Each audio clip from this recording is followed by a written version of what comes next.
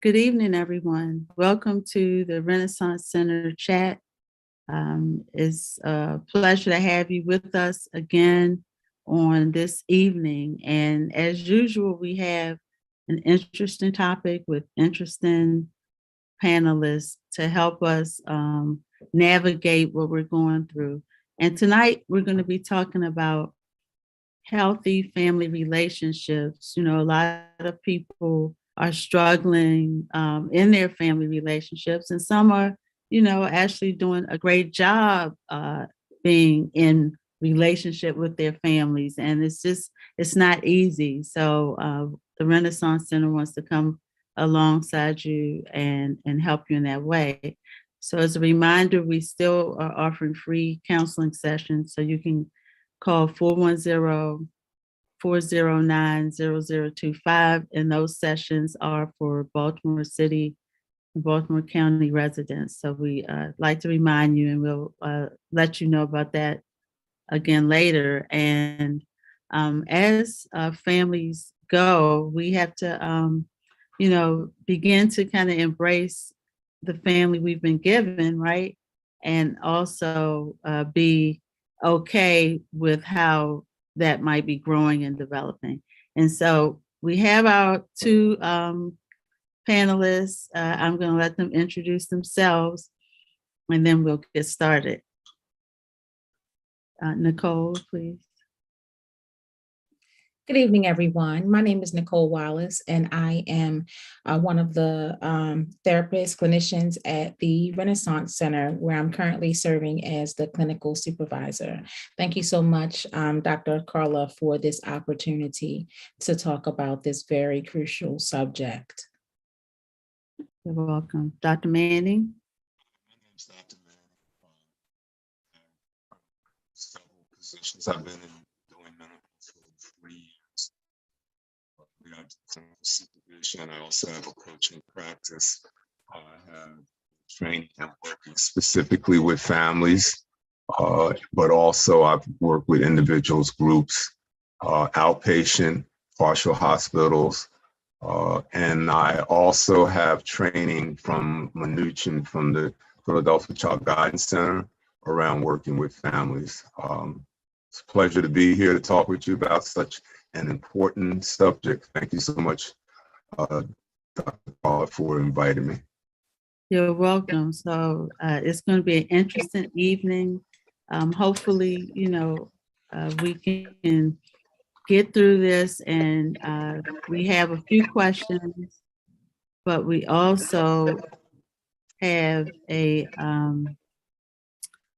questions from the audience. So we will be getting questions from the audience. So please, persons that are viewing and tuning in, put your questions in the chat, and we will address those as we can. So we're going to just start off with the basics. What do you think is the number one concern families face today? And so I'll start with Nicole and then with you, Dr. Manning.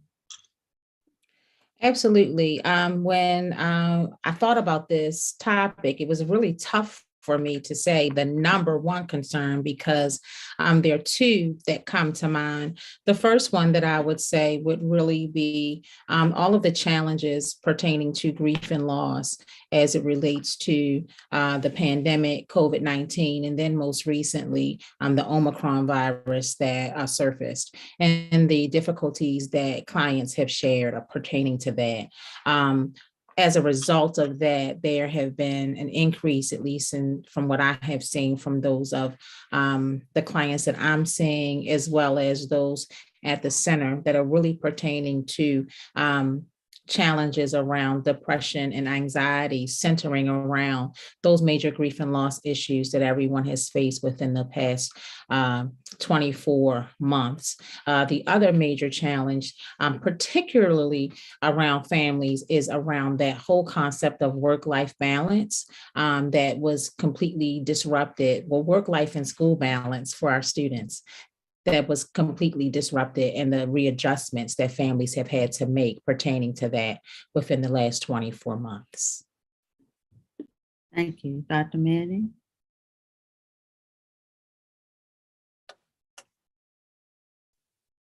took some of mine. But that gives me some room to like stretch out some more. So one of the things that I think is a major challenge that we don't talk about a whole lot are the intergenerational challenges, which whenever you're dealing with an environmental crisis, which I would consider this whole pandemic an environmental crisis, it really pushes at the heart of our families and the struggles that they were dealing with before the pandemic even came about. So there are intergenerational issues that are exacerbated by the pandemic. Racism, the changes that have happened as a result of the residual effects of slavery, the changes in the economy and how fast the economy is moving and the career paths are moving. So a lot of our families are not able to keep up with some of the innovations that are happening. I'm so thankful that 5G is being presented, that we want to get 5G to everybody. So that's going to be a great help. So when I work with families, the intergenerational part is so relevant, because what children and adults learn in the home have a whole lot to do with their success. And home training, I believe, is like the foundation for being a successful person. You learn a whole lot from what happens in the home. And then I have a couple more, but I'm going to stick with the second one, which is communication. We think that communication is like a natural thing, like everybody ought to be able to do it. But really, communication can be a very difficult thing if you haven't been taught how to communicate, express your ideas and emotions and thoughts and feelings appropriately and in a way that you can be heard.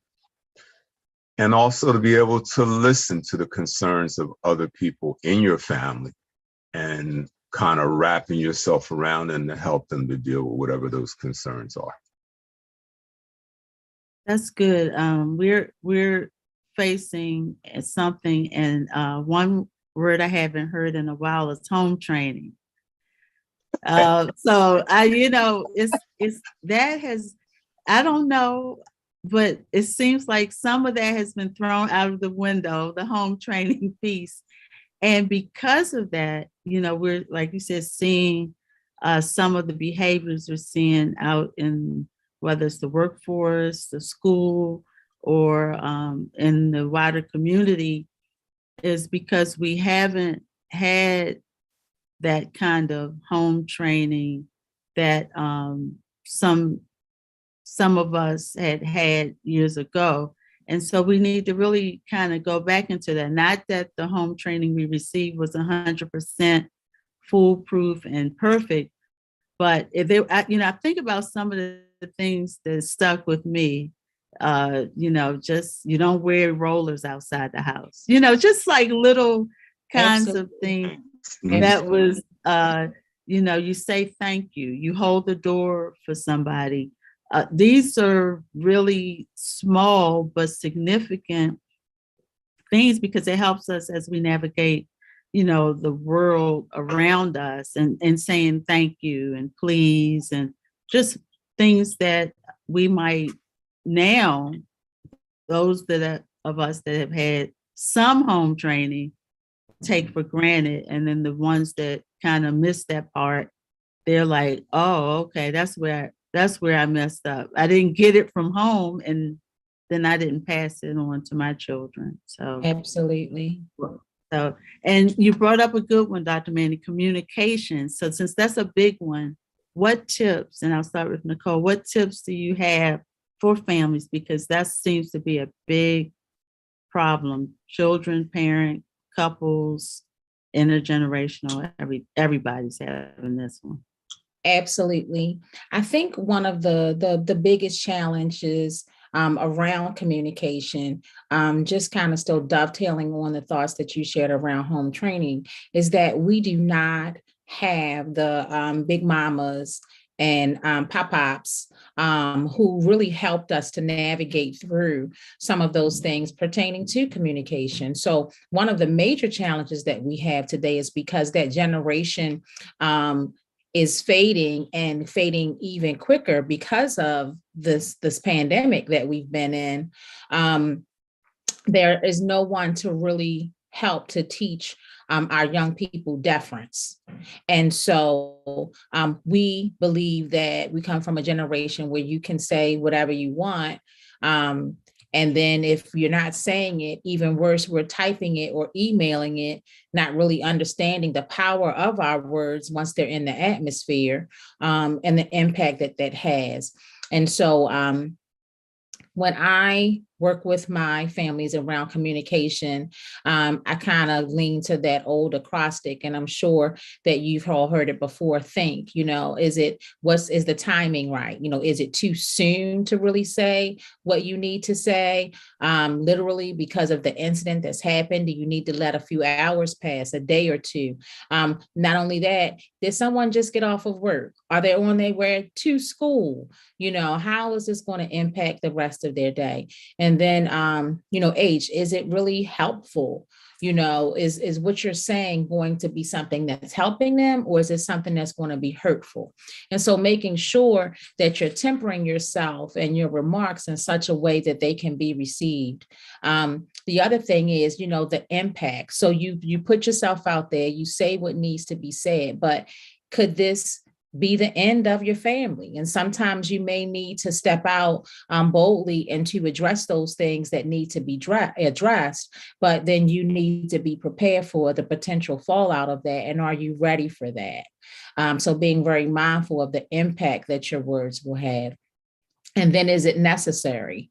I know for myself, I am a very outspoken person. And sometimes I feel like I'm sitting on my hands, crossing my feet and my toes, and even zipping an imaginary zipper over my mouth. That doesn't always work. If you ask my family, they would say it doesn't work most of the time, because I'm the type of person that likes to, address things as soon as possible. But you really do have to then determine, is it necessary? And then finally, just being kind. I think that sometimes we operate and we hear that old adage that hurt people, but it's true. And so you don't want to say something in a way that you're lashing out at someone and, making someone feel more insecure. I think especially in the height of the most recent suicides that we faced, communication and the way that we communicate is extremely important. And we want to keep that in mind when working with our families, that, hopefully our whole purpose is to operate in love. And while in love, there shouldn't be fear around communication. There certainly shouldn't be anything that would demean someone or make them feel, inadequate. So I'm sorry, Dr. Manning, I don't want to keep on talking. So I'm going to stop right there. That was beautiful. That was awesome. That was I wrote that down. Think. That was You need to think before you speak. We're tag teaming, Dr. Manning. Oh, we're tag teaming. That's good, because there's so many things that you said that were so powerful. But I'm going back to the first word that, wasn't the first word you said, but the word that I connected with so well, which you don't hear a whole lot, which is deference. So if you say that word, there's some people that don't even know what that means. Yeah.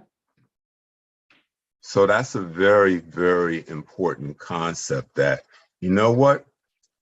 I'm not really sure. I think I'm sure, but I'm not really sure whether I'm right. So I'm going to defer and say, because you're older than me, you have more experience, I'm going to lean that way more till I have a fuller understanding. That's a skill to be able to do that. And then, I don't know whether you've been experiencing this or not, but in a lot of situations, communication is a lot more aggressive now. Absolutely. Than it's ever been. And it's a natural thing to use aggressive communication, because we think the more aggressive our communication is, the more potential that we're going to get what we want. But it's just the opposite. It's really just the opposite. And sometimes, I don't know whether you're familiar with this or not, but sometimes, like as a clinician, the family models your tone. So they might be up here, but when you come in there with a tone that is more conducive to open communication, they follow your lead. So it's not that some people have never been around anybody that can express something that they're dissatisfied with in a calm way. Let's sit down and talk. I didn't really like what you had to say, and I disagree with it. Let's talk about how can we work it out. So the focus of the communication is not on the individuals, it's on the problem. So that would be one of the first things around communication. Let's not focus on each other, let's focus on the issue. A lot of times we're taught to attack people, and sometimes those are people that we supposedly care about. Mm-hmm. So we have to learn to communicate differently. We have to learn to communicate in a way that shows that we can demonstrate empathy. And there's very few people nowadays that we encounter that really express empathy at a deep level, because you can't express empathy at a deep level unless you have strong, secure attachments. And many of our families don't have that nowadays. They're more transactional, meaning I do this for you, you do this for me. But when it's at a deep level, when you're listening to somebody, you can almost feel their pain.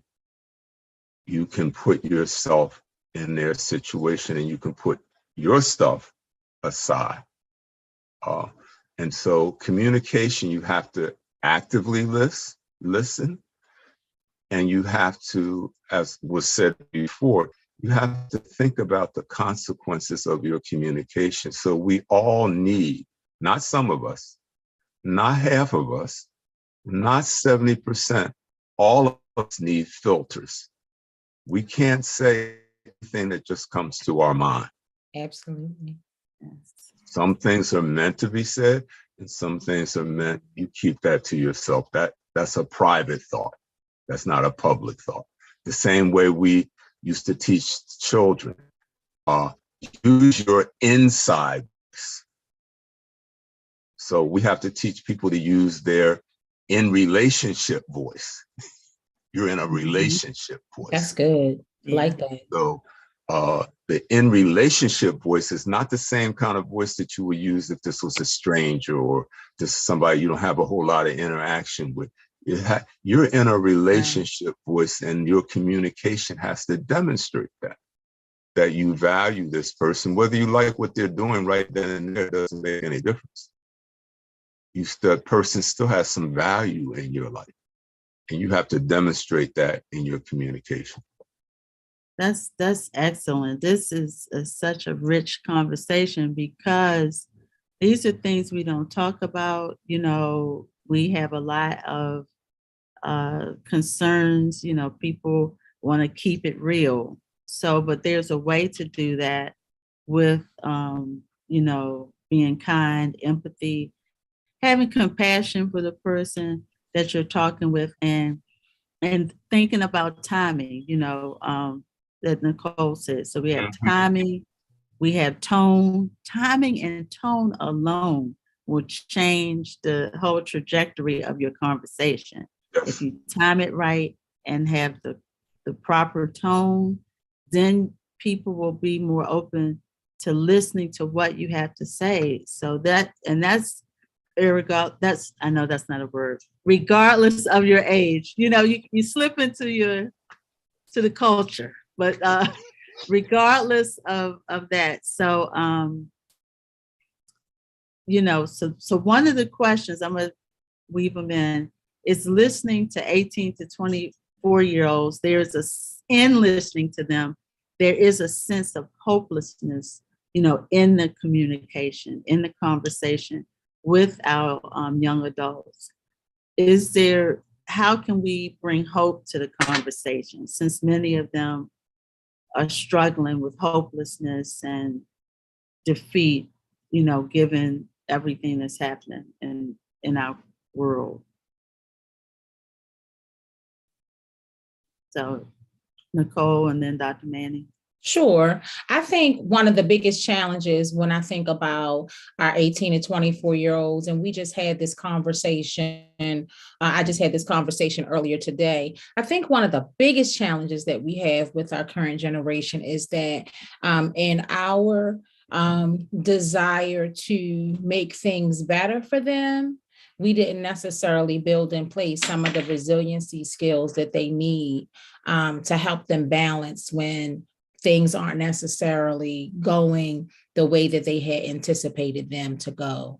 I think that one of the things, at least that I do and I encourage, is to kind of capitalize on strengths and the things that they are doing well and that they do well, and encouraging them to kind of navigate in that direction, particularly as it pertains to life choices, declaring majors, career paths, a lot of but then there's a reality though that comes in with that as well, because sometimes you may be good at a bunch of things and then it's hard for you to choose. And so then that comes into place, that reality of where then sometimes you have to select what you can do in the meantime to continue to get your needs met, so that you're stable enough that you can pick up some of those other things that perhaps you have an interest in, but they aren't necessarily putting the food on the table. You can want to be a producer or an artist, but if that's not what's putting food on the table right now, then you may have to work on exploring what another gift or talent is that you have, so that you can begin to work on those things in your extra time. And having them to recognize, I've been doing this devotional on the harvest and in this season, and it's been very, very helpful. I was sharing with one of my daughters the other day that I read that an apple tree actually takes 8 years from planting to the point that it's really ready for apples to be plucked. And so that then if you're a young person that's feeling a sense of despair, you have to recognize that there's still some sweat equity that you're going to have to put in place. And those things that you're used to, if you're used to immediate gratification, or if that's what you're looking for, recognize that you may not see the fruit of the work for 5 years, 6 years. And because you don't see it, it doesn't mean that it's not in place. So that's part of what I would like to offer about that. That's good. I think that I'm going to come at it a little differently. I feel like one of the main reasons why they feel hopeless is us. It's not the environment, it's us. Mm-hmm. And if I was a young person in this day and time looking at what is going on, I would feel hopeless too. Mm-hmm. Because who is really, particularly those that have grown up in the body, who is really expressing themselves in a way that shows that many of these young people, all they're looking for is love. That's all that they're really looking for, somebody to love them and to show it in a genuine way, not to criticize, because that's one of the things they say, don't judge me. So, they want somebody to genuinely love them and take interest in. And I work with a lot of millennials. I love working with millennials. And what I found is that when you tap into their interests, that the same like anybody else, when you tap into their interests and really listen to, and this is true for adults too, really listen to their heart you can engage them. But you have to come at it from that position. You have to really see what is on their heart. And every person in this world, including these young people, come into this world with a purpose. And we have to help them to connect with that purpose, find that purpose, execute that purpose into real life. And when we do that, I think it really changes the relationship. So one thing that I really focus on is that everybody should have their own personal mission statement. That mission statement defines the direction that they're going in. And the earlier they start that, the earlier they tap into that, I believe the more likely they're going to be successful. So when they have your own mission statement and you want to join an organization, a church, a workplace or whatever, you can look at your own personal vision statement and see how much it lines up with that organizational vision statement. So there's so much work that we need to do with this generation, because I believe that even though we may see them as lost, we may see them as sometimes as not knowing what's going on, they're our future. They are our hope. And I see some great things in them that just need to be harvested. And we have to show the maturity to be able to do that. And we have to show the maturity to stop saying things about them that certainly God wouldn't want us to say about them. And they definitely don't want to hear it. Yeah. And it's tough because as adults, we a lot of times aren't looking at ourselves and our role and how, our young people feel about themselves and the lack of nurturing. And that's another thing besides home training that's missing. The nurturing isn't in our home environment because, again, like you said, Dr. Manning, it's transactional. And like you said, Nicole, people are looking for instant gratification. And that's not how things work. So they look at me or you all and say, wow, I want to be like them, not realizing it took like years of education, training. You start at the bottom of a job, you work your way up. It's different things that have taken place in between. But the encouragement is key. I was talking with someone that was working on their driver's license. So they got that, so they were excited and they said, look, I got my license. They're working towards going back to school and completing that, showing me, hey, I'm making progress. And so I feel like my role was to just encourage them at every step, hey, what do you need to do to get your driver's license? Are you studying? Just those kinds of regular intervals of contact with our young people can make a difference. It's not anything deep, but just asking them, hey, how's it going, can really go a long way. And so more of us need to, be proactive when it comes to working with our young people. I have another question, but I want to get to one that is really, I feel like a big topic, and then we'll get into the in-laws after this. But as couples separate or, divorce, this co-parenting has become very challenging.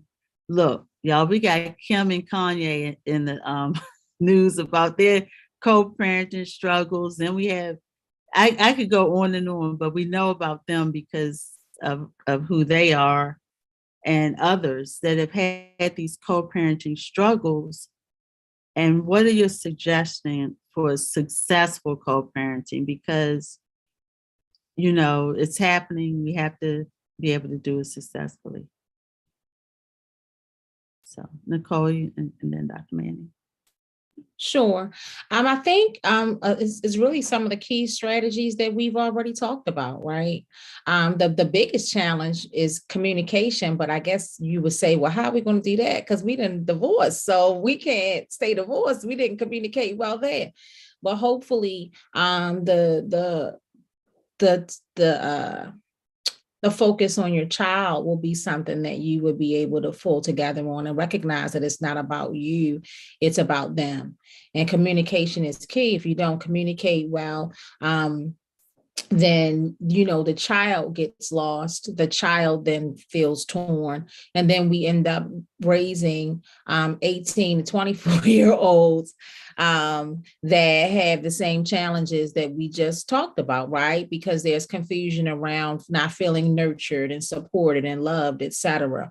So that communication is paramount. I think another thing that's important too is to collaborate. It's not about what I do on my time versus what you do on your time, particularly if there are differences in lifestyles or parenting opinions and things of that nature. I think it's really important that when it comes down to those that you have some core family values that you're both willing to support and not undermine in an attempt to win the favor of the child. Right. This isn't about winning the favor of a child. It's about raising your child, again, to be resilient, to be able to see how you can communicate and overcome challenges. So that collaboration piece is key.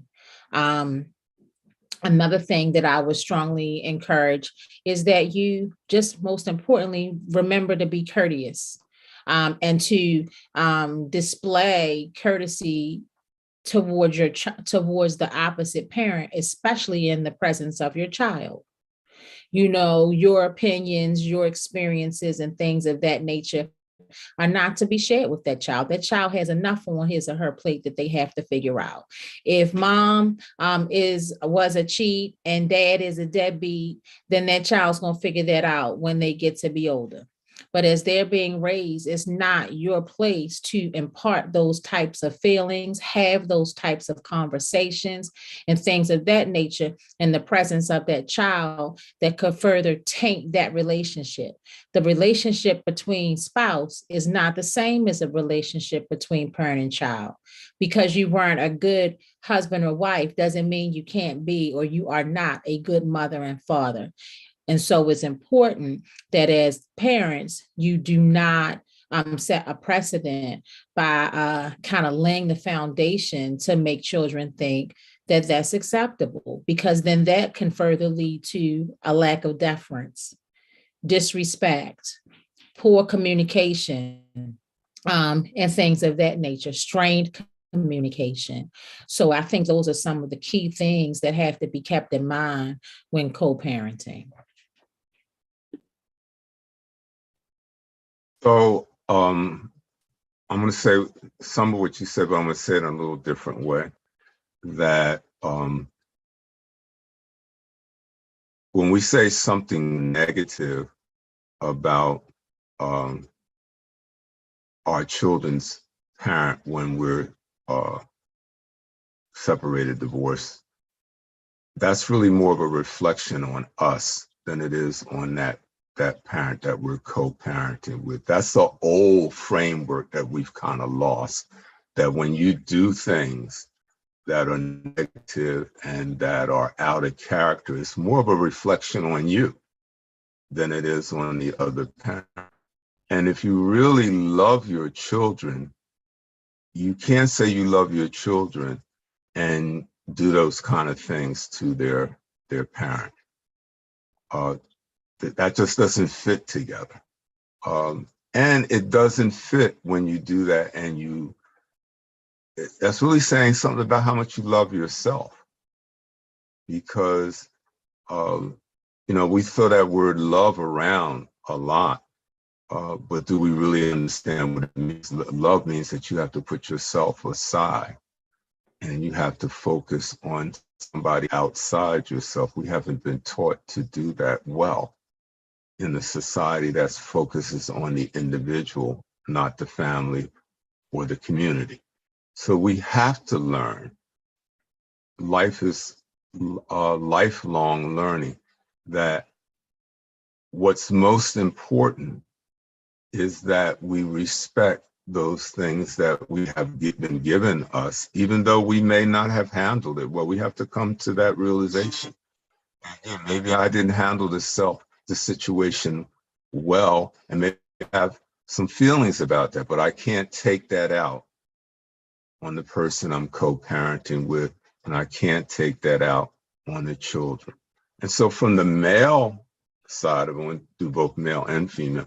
From the male side of it, a lot of times there's a feeling like that the mother feels during when they were married or when they were together that she wasn't fully supported or protected. And the male parent has to take an honest look at that. Did I really protect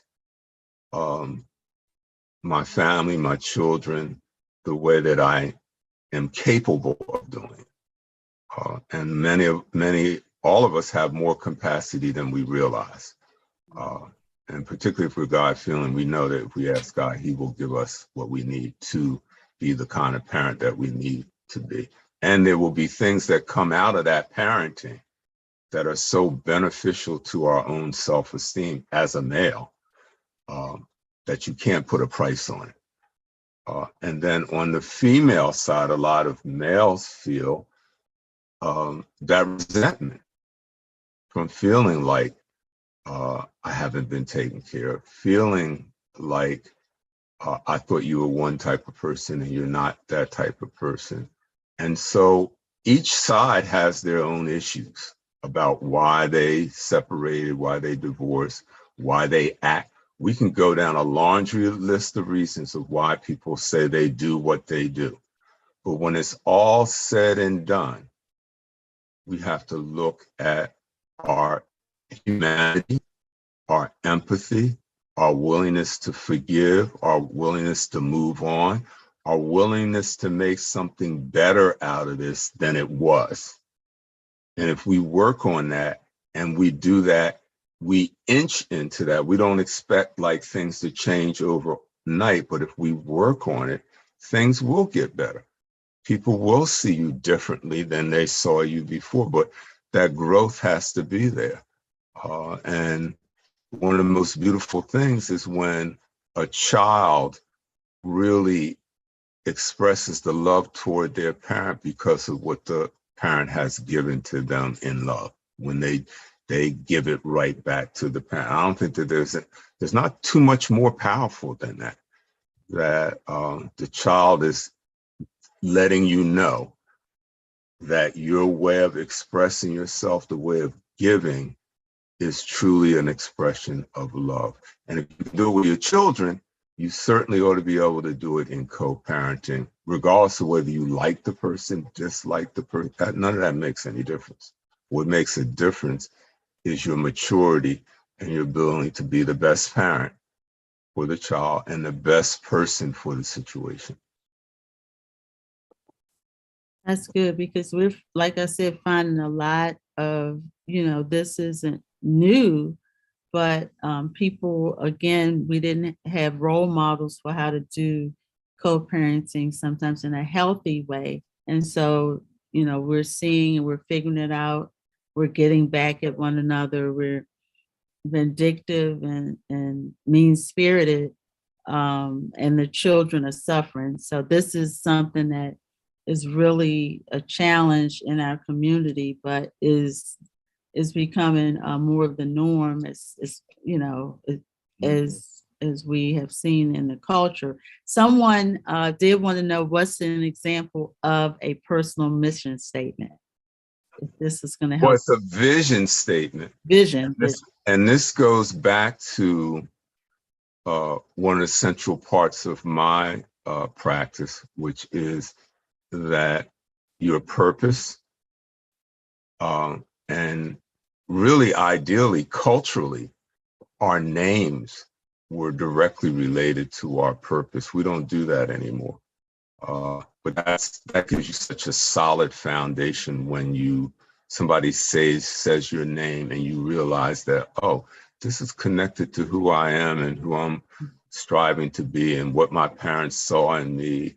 And that's the way that they kind of make that connection. So it's a short sentence about why you're in the world, what you came in the world to do. What is that dream, that idea, that thoughts that you have about what you can contribute to the world.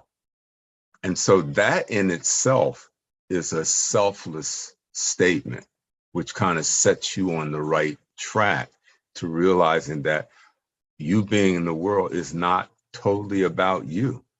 It's about the people that you're in the world with and what you're being called to give to those people. And that's a much more mature stance. And when you give in that way, which is opposite of the way that the world thinks, when you give that way, you get more back than you've given. You always get more back than you've given, because when that happens, things that are said to you that are healing who you are. So all of us make mistakes. All of us do things wrong. The difference is, what is our response to that? Do we take ownership for that? So the vision statement, while we're trying to work all that out, we're also working our purpose out. Why are we here? Who am I supposed to help? Who am I supposed to mentor, give support to, encouragement to? And your temperament really also is a key to what your vision is. And in the class that I teach, God's Plan for Your Life, I teach them that you have to really improve your prayer life and your communication with God in order to hear from God what that vision statement is. Some people get it young, some people, it takes a while. Can I say something to dovetail on that?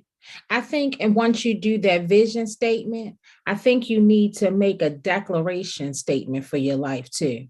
Because when you think about the adversity, when you think about all the other things that we had talked about earlier, I think it's important that once that vision is clear, that you, through affirmation, through God's word, you declare and you decree that no matter what happens, this is what I'm going to do. This is who I'm going to become, because this is what God says I'm supposed to do, so that nothing deters you from reaching that goal, because that's what life is about. Life is about distractors and distractions. And so once that vision is clear, I think it's important that you then declare and decree over yourself that despite what comes up, I'm pushing towards this. Yeah, You could open up a whole nother thing. Yeah, I know. That declare. Sorry, we only got 15 minutes left. I'm sorry, but you wound me up, Dr. Man, and you wound me up now. I'm just going to say this one thing. That's the law of confession. And we have to confess every day who we are. That's how we should start out today, confessing who we are. I'm sorry. Yeah. So a follow-up to that, and I'll just answer this. Yes, it's okay to write your vision in the future, because that's basically the vision, remember, is for an appointed time. So God may give you the vision now and your vision, and that's why prayer is important, but the appointed time is not up to you. But this is what's up to you. When we make our visions, we have to prepare. We can't just sit and wait and expect without preparation. And a lot of times people say, well, hey, I had this vision, but then they stopped preparing. And so preparing could be training. It's definitely, prayer. It's getting into a mentorship program. If you don't have any mentors around, you seek mentors. I know for me, some of my mentors didn't know personally, but they were just people in the industry that you're interested in. So if I want to be an actress, my mentors are actresses and actors that are where I want to be. And so it doesn't have to be, well, I don't have this in my house, in my life. A lot of us don't, but we aspire outside of that. And you can give role models, but it's okay to project into your future. And really, this is how the Renaissance Center came about. I'm sitting in a class and I'm like, I want this, to myself. And then I'm in a class with women that are doing things. And I'm like, I want to be them in the sense that I want to be successful. So at some point, God plants the seed. Now, you know how long it took. We didn't even know Morningstar existed, let alone the Renaissance Center, when I was having these visions. But that's what I'm saying. You can have the vision. It's for an appointed time, but you're working towards it. And God will nurture that seed that he's planted in you for the appointed time. And that's really what matters. So that's my 2 cents on the vision. Carla, real quick before you move off of that. And I think going to Dr. Manning's point, if our children don't see that we have a vision, how are they supposed to know that they should have a vision? And if we are not continuing to strive and evolve and develop, I'm still not yet all that I'm going to be. Everyone on this call, we're still not yet what we are going to be because there's still breath in our bodies. But if we don't have that vision, how can the ones who are behind us write a vision for themselves? There you go. And I think that's what's been missing, a part of what our generations don't see as well. And sometimes it's okay. I get it. We're closed off. We're private. I get, you make moves silently. I get all of that. But there's a point where we have to share where we are and where we've been so that the generations behind us know what it took to get to this point. I'm going to shift what you said a little bit. Because if we keep it private and we don't put it into the atmosphere, how we know who's in the atmosphere waiting for us to put it out there so that they can either come alongside of us, fund us. I had somebody come to me during my life journey and they said, what is it that you want to do? I will fund what you want to do. But we have to put it out there in the atmosphere, and we have to increase our faith and help our families, our children to increase their faith. And the best way we can do that is what has already been said, by modeling it, by them seeing what we do and how we do it. So I think that's so important.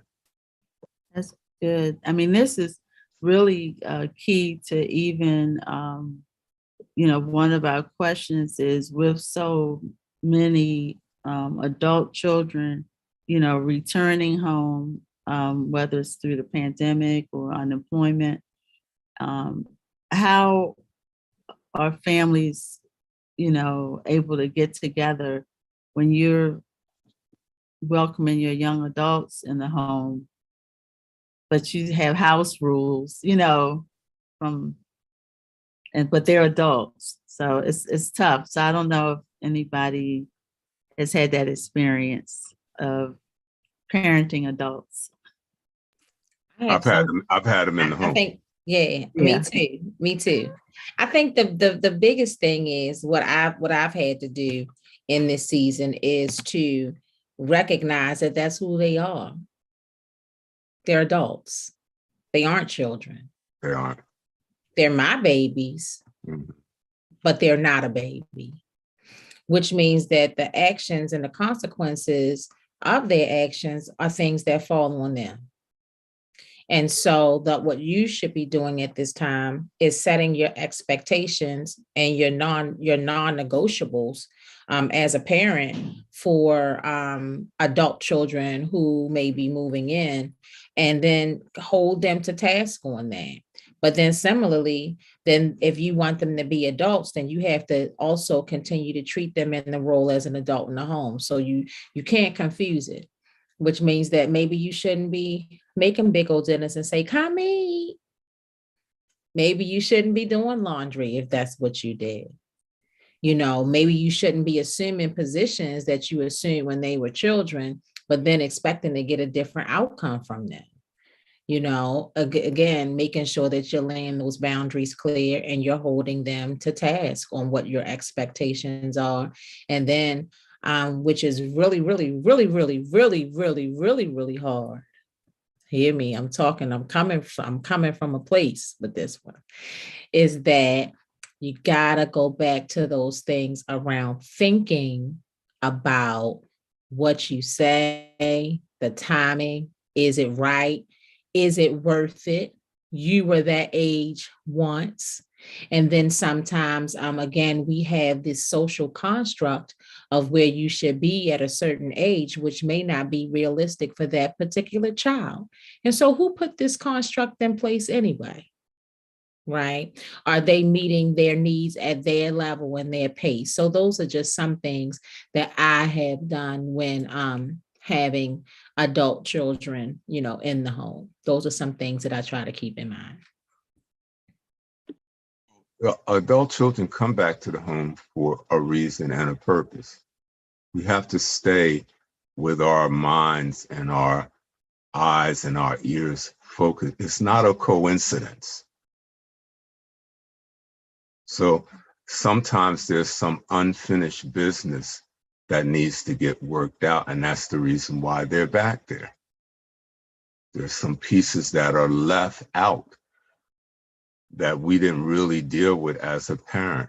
And now we're getting a second chance to help to launch them in a way that help them be more equipped to deal with whatever they have to deal with. And a lot of it has to do with how we talk to them. We have to talk to them in a way that's affirming. We have to talk to them in a way, like I said, that we love them, regardless of what their status and stature is in life. That's our best testimony, that we can love them for who they are. And when we love them for who they are, they do better. Because that's all any of us want, is acceptance. I want you to accept me, who I am, how I was made, how I was born. And that acceptance, I can grow. I can grow in something that is beyond what you think, beyond what I think. But I need that encouragement, that nurturing, that support, that understanding, that love, that empathy to be able to do that, and guidance to be able to do that. Because many of the families that all three of us see, many of the families that come in there, nobody, or very rarely do people say, I love you. And these are like simple things that break down barriers, because sometimes it always comes about a task. I want you to do this, or I want you to do that. When really the child really is, or the adult child is really needing more than they missed it, which got them off target. And so the fulfillment of what they really want, they're disappointed in themselves already. And then watch this, like during the 80s and 90s, there were more people living alone than ever before. And is that the best way for us to live our life alone? Or were we meant to be social creatures, social beings, spiritual beings? We were meant to be that way. So we were meant to have those connections. We weren't meant to be isolated and by ourselves and not knowing how to interact with people, feeling like nobody cares about us except maybe our dog, if we have a dog or something like that, or our iPhone. I'm looking at my iPhone all day. I'm I'm posting, but we need human connection. And so it gives them a chance to relook at their life, reevaluate their life, make different choices, maybe find out that they want a relationship or they want an attachment, and maybe redo some of their thoughts about those kinds of situations. That's good. That's excellent because again, this is happening for a reason.